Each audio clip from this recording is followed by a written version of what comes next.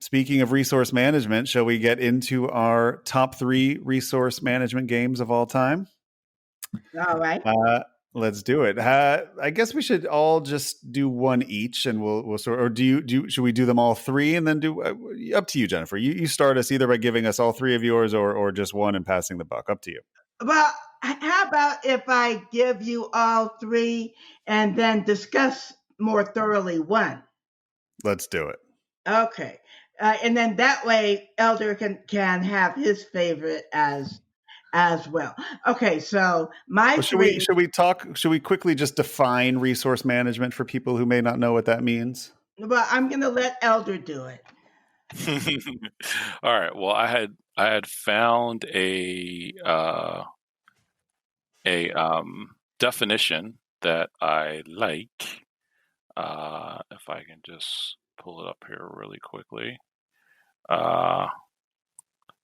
So it says here, a resource management game is one in which the players obtain resources, often commodities such as wood, metal, grain, etc., and try to turn these into higher level products, building settlements, machines, and or victory points in the most efficient manner possible. It's actually not a listed mechanism on BGG, which is interesting. Nope. Like there is no resource management. No. Yeah, which has been a real source of frustration. We talked about this a little bit on the segment that I did with Tom. Yeah. But yeah, I mean, I think it's fascinating that it's not there on the Geek. But there's several Geek lists that have best. Right. I think part of it is the question will come up: is money a resource? I would say yes. Well, but if you make money a resource and you bring in a whole ton of other games. Right. Yeah. So, yeah. All right. I mean, to me, it's just when there's a buttload of resources and you got to turn them into stuff. Right. Usually victory points. I'm totally fine with it as long as you don't include money, because then I think it's just too big. That's just my opinion, of course. Yeah, to keep segmentation more clear, I think that might make more sense, because then you're talking about all the economic games, right? Right. Yeah. Yeah. All right. Well, hit us with your 3, Jennifer. What are your favorite resource management games? Okay, so I'm going to leave Aura to Eric, because I played almost all of my games of Aura with Eric. Yeah, we always have a good time with that game every time. Every time. My other 2 are Fields of Arle, which is similar to Aura, kind of, but it's a 3-player with the expansion. But it's all Uwe, total Uwe game. And then Keyflower, which at first doesn't seem like a resource management game, but it is. And it's a very brutal resource management game. Much, nothing nearly as nice as Aura or Fields of Arle, because you cut people off in Keyflower. You make them waste their resources, right? Yeah. And so, yeah. And so for me, are you considering the meeples the resources there? That they're the resources, and then the resources that you get are also resources, and those are a challenge as well, as you try to move them to where they need to be at the same time that you're trying to get more, right? Yeah.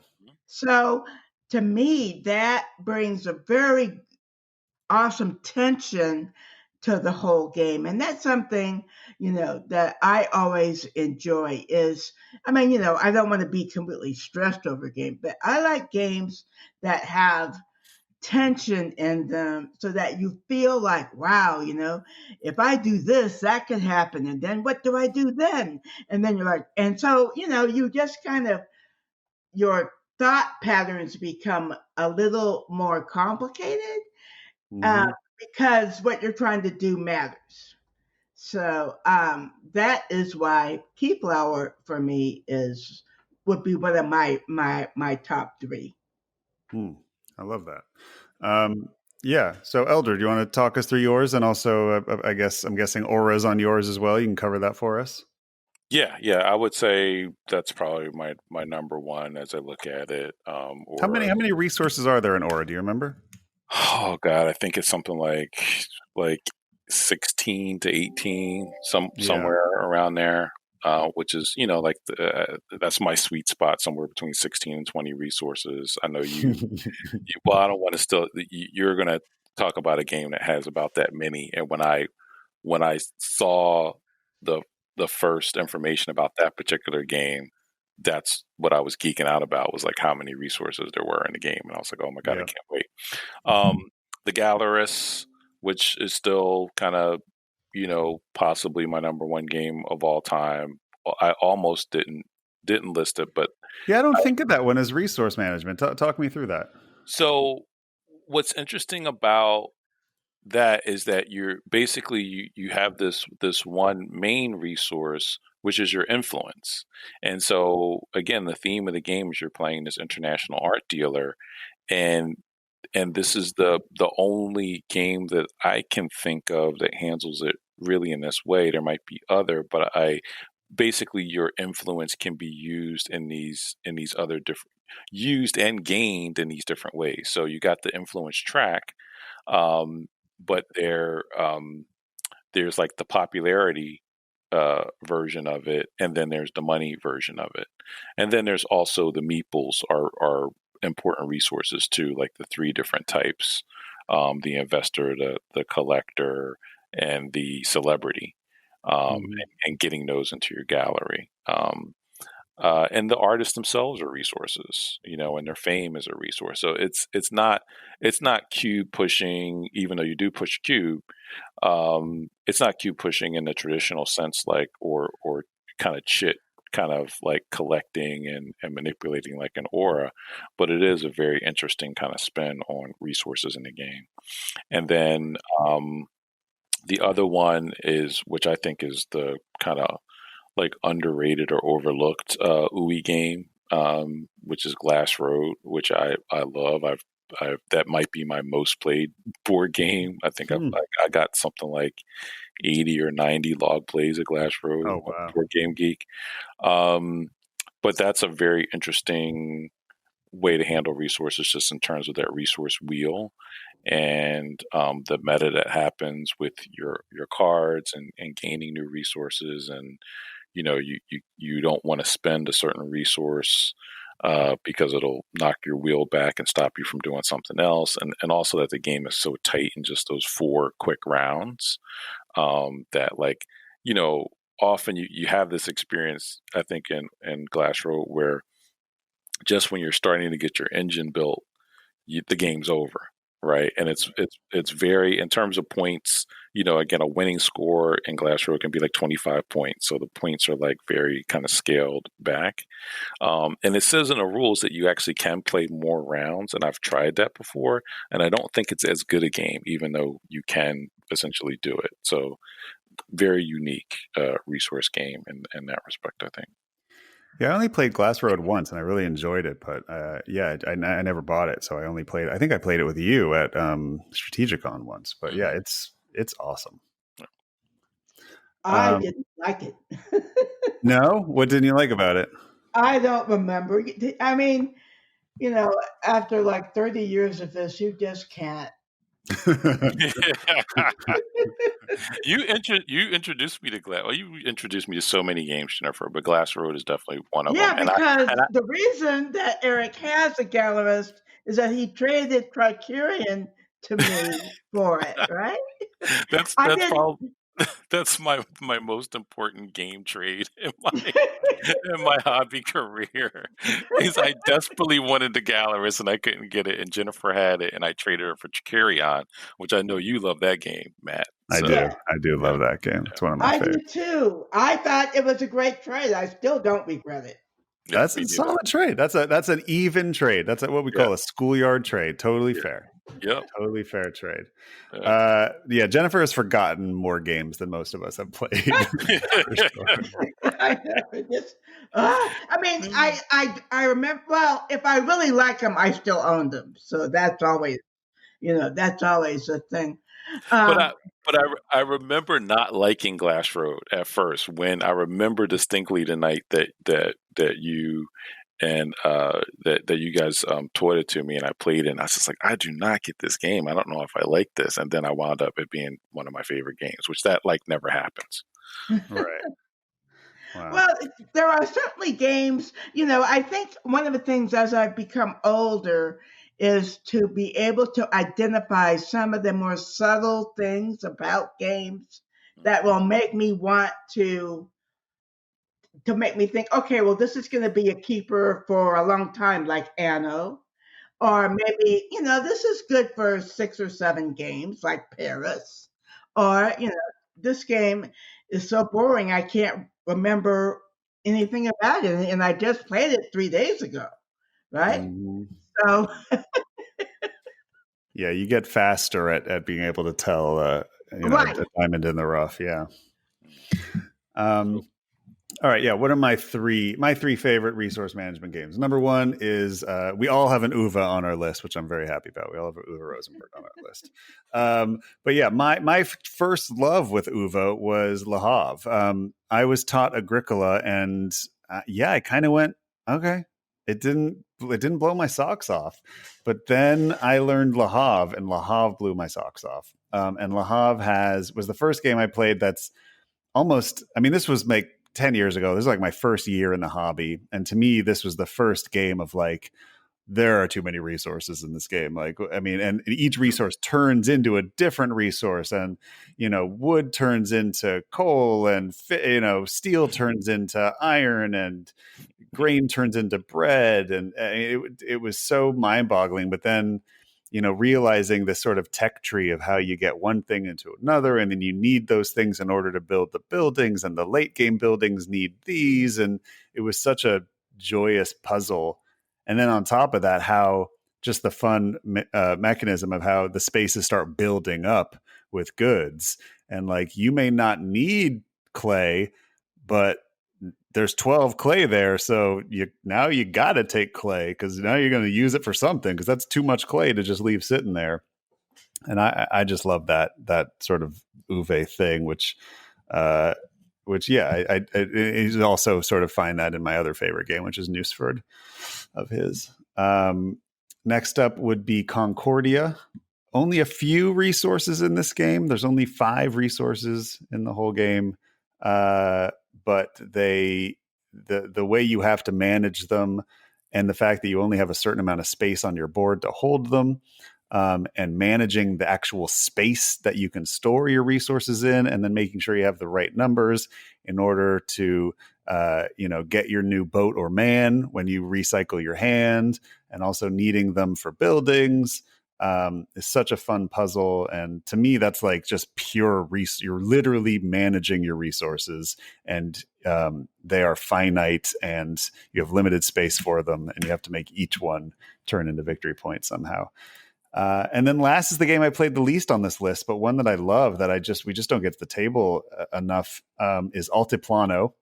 Altiplano is a bag builder, meaning it's sort of a deck builder with chits, but all the chits in this game are resources, and there are, I think, 14 resources: food, wood, stone, ore, wool, cloth, silver, fish, glass, alpaca, cacao, and corn. And all of those goods, other than corn, are actually workers, basically, that you're using these goods to fill worker placement spots that then often get you more goods. And then you're trying to draw them out of your bag like a deck builder, and get the right combination each turn to figure out. So that to me is a different flavor of resource management, because not only are you managing these resources and figuring out how to turn them into victory points, but you're managing the exact ratios you have of all of them, so that you're sort of gaming your bag as much as possible. So when you're drawing tiles, or drawing resources out of them, you're getting the ones that you want, that you need to use. Have you guys played Altiplano much? Yeah, another forgettable one. Yeah, it didn't work for you. Elder, No. what do you think of I've, it? I've played it a few times.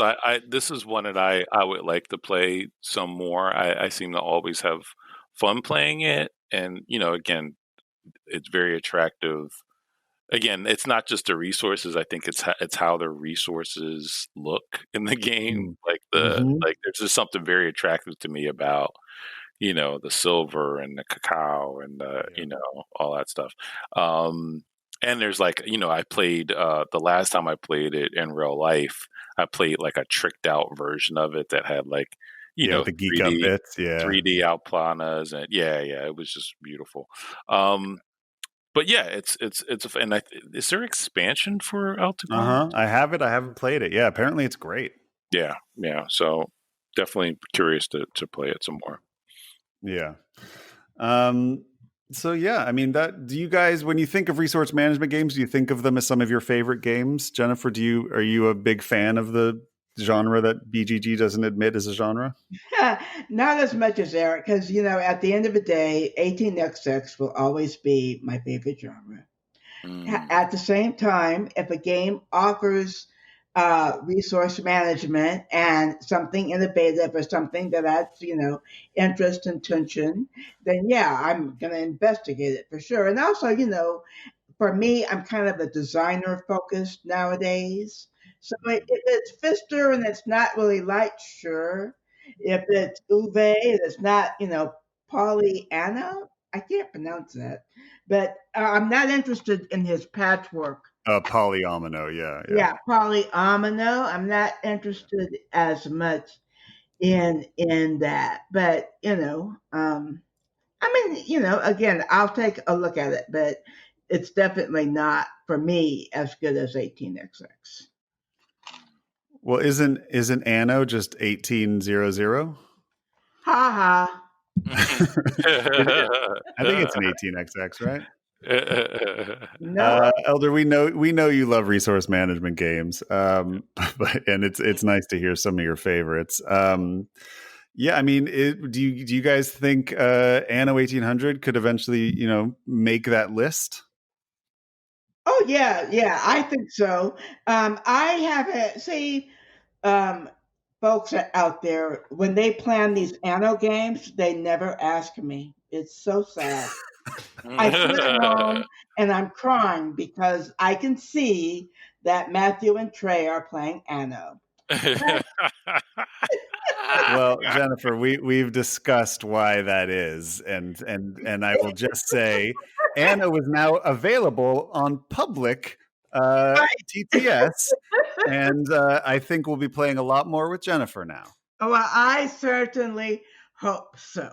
But yeah, the thing is, I have not played it with 3 players. I've played it with 4 players, and I've played it with 2 players. And I'm wondering what the 3 players gonna be about. See, that's the beauty of the game, is that the player counts are really different.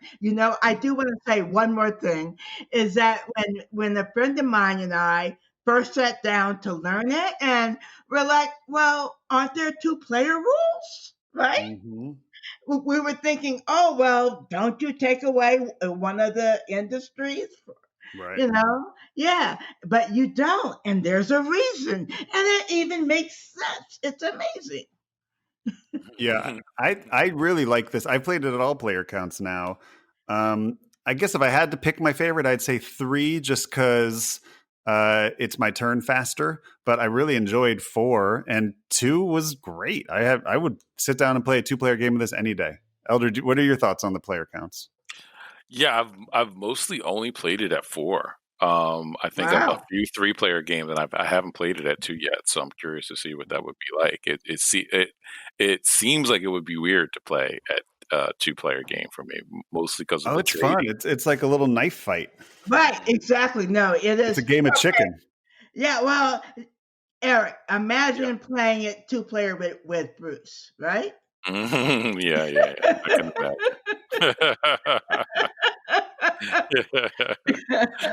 Oh, He makes, guys, he's one of the most winning tournament players at Strategicon, which is our LA con, and he will make any game challenging, right? Yeah, absolutely. And it's like if you beat Bruce at a game, you feel really good. Right. At So any player funny. account. Hey, if you enjoyed that video, you very well might enjoy the other videos you now see being suggested to you on screen. Also, we'd greatly appreciate it if you could like, share, or subscribe to our Game Brain channel. Thanks so much.